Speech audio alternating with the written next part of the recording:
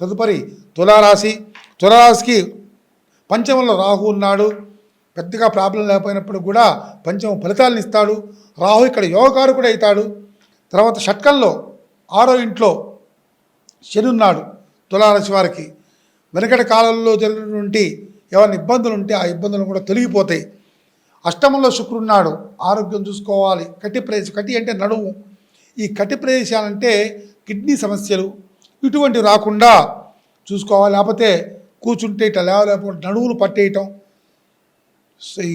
ఈ నడువులు పట్టేయటం ఇవన్నీ కూడా ఆయన చేసే కార్యక్రమాలు. అంటే కటి అంటే నడువు అని అర్థం.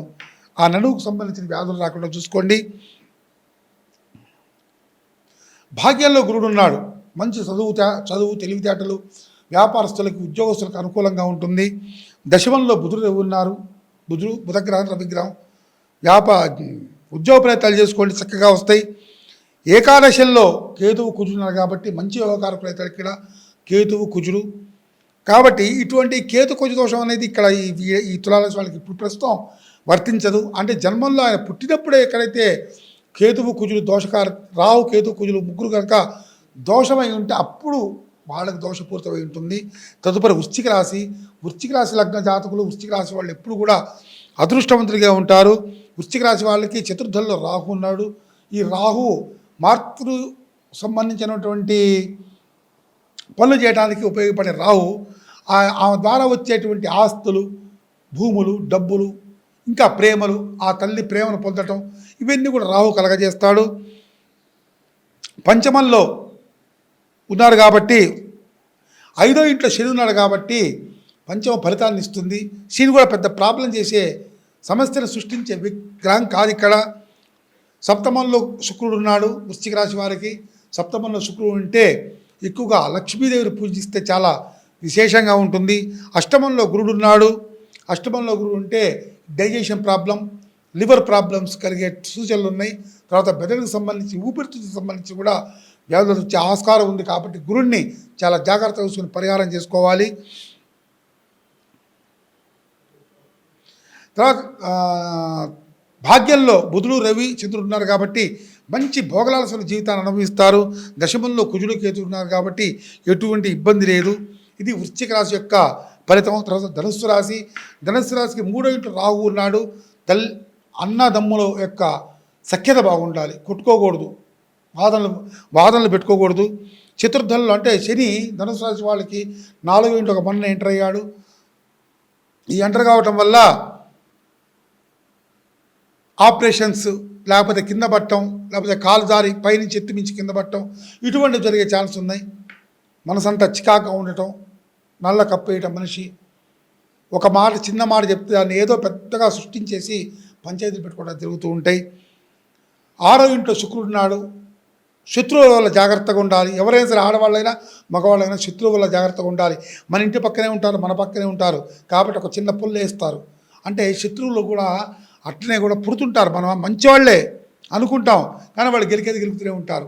అటువంటి చూసుకోవాలి.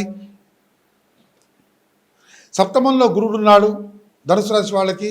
అంటే సొంత ఇంటిని చూసుకుంటూ మిథున రాశి నుంచి ధనుసు రాశి సప్తమం అవుతుంది. సొంత ఇంటిని చూసుకుంటూ బలంగా ఉన్నాడు. ఈ ధనుసు రాశి వాళ్ళకి గురుడు బాగున్నాడు కాబట్టి అక్కడ శని ఏం చేయడు, లింక్స్ ఉంటాయన్నమాట.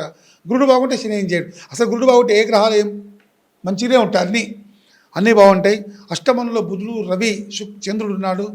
మానసికమైనటువంటి ఆలోచనలు చాలా జాగ్రత్త చూసుకోవాలి. ఈ సైనస్ ప్రాబ్లమ్స్, జలుబు, దగ్గు, ఊపిరితిత్తుల యొక్క నిమ్ము ఇవి రాకుండా చూసుకోవాలి.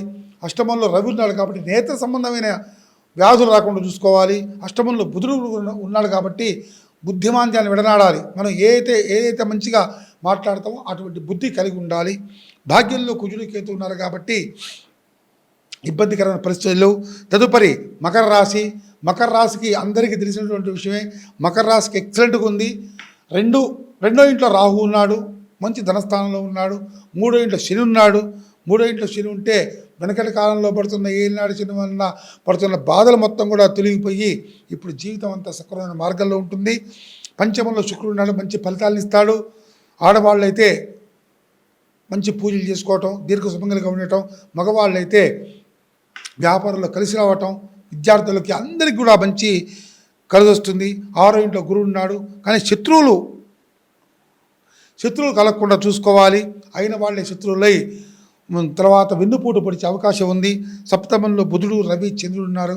ఇబ్బందికరమైన పరిస్థితి ఏమీ కావు. అష్టమంలో కుజుడు, కేతు ఉన్నారు కాబట్టి కొంచెం జాగ్రత్తగా ఉండాలి.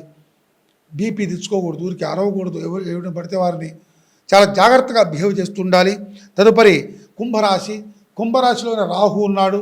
ఈ రాహు పైశాచిక ప్రవృత్తి గలవాడు. అసలు మామూలుగా ఉంటేనే ఇబ్బందికరం, అందులో జన్మల్లో ఉంటే ఎట్లా ఉంటాడు, విపరీతమైనటువంటి ఇబ్బందికరమైన పరిస్థితులు గురి చేస్తుంటాడు. ద్వితీయంలో శని ఉన్నాడు, అంటే ఏళ్ళనాడు శనిలో చివరి దశ, అంటే వెళ్ళిపోతాడు. అంటే 2.5 years మొత్తం 2 years మాత్రం గ్యారెంటీ ఉంటాడు ఆయన. కాబట్టి ఈ యొక్క శని వల్ల కొద్దిగా ఇబ్బందికరమైన పరిస్థితులు ఎదుర్కోవాల్సి వచ్చినా కూడా ఆంజనేయ స్వామి పూజ చేసుకోండి, తద్వారా ఉపశమనం లభిస్తుంది. చతుర్థంలో శుక్రుడు ఉన్నాడు. ఇందాక చెప్పింది మాతృ సంబంధమైన ప్రేమను పొందగలుగుతారు, ఆప్యాయతలు పొందగలుగుతారు. పంచమంలో గురుడు ఉన్నాడు, మంచి స్థానంలో ఉన్న పంచమం గురుడు ఎప్పుడు కూడా విశేషంగా యోగిస్తాడు.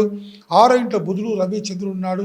శత్రుస్థానం కాకుండా చూసుకోవాలి, శత్రువులు ఎక్కువగా కాకుండా చూసుకోవాలి. సప్తమంలో కుజుడు, కేతు ఉన్నారు కాబట్టి ఈ రాహు ఎదురుగానే కేతు ఎదురుగానే రాహు, అందులో కుజుడు కూడా ఉన్నారు కాబట్టి వివాహ సంబంధాలు నిర్ణయించుకోవటం అనేది చాలా జాగ్రత్తగా నిర్ణయించుకోవాలి.